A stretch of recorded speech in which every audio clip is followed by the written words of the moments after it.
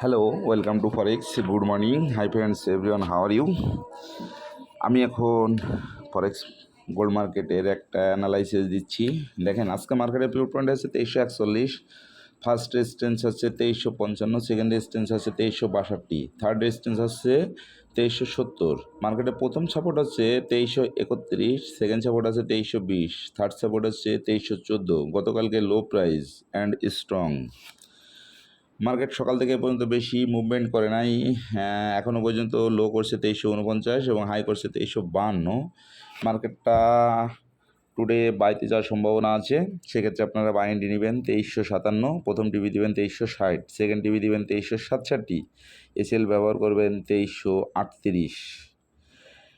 মার্কেটটা বাইতে যাওয়ার সম্ভাবনা আছে। যদি মার্কেট বাইতে না যেয়ে মুভমেন্ট চেঞ্জ করে ডাউন করে, সেক্ষেত্রে আপনারা সেল এন্ট্রি নেবেন 2338, প্রথম টিভি দেবেন 2332, সেকেন্ড টিভি দেবেন 2325, এসএল ব্যবহার করবেন 2345।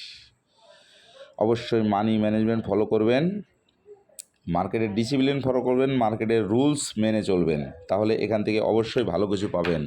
গতকাল আমাদের সেলে টিপি হিট করছে, তারপরে সেই মার্কেট এখান থেকে গিয়ে মার্কেট বাইতে গেছে এবং first TV, second TV hit করছে। কালকে আমাদের 3টা টিভি হিট করছে। তা এই সময়টুকু একটু ধৈর্য তো ধরতেই হবে।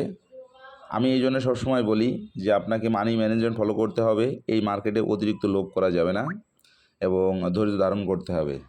মার্কেটের ডিসিপ্লিনের ভিতরে আপনাকে থাকতে হবে।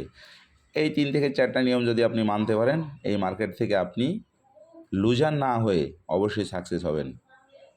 তো অবশ্যই যেটা নিয়ম থাকে, যেটা আপনাদেরকে বলি, আপনারা এটা মেনে চলার চেষ্টা করবেন, তাহলে এখান থেকে অবশ্যই ভালো কিছু পাবেন। ধন্যবাদ সবাইকে।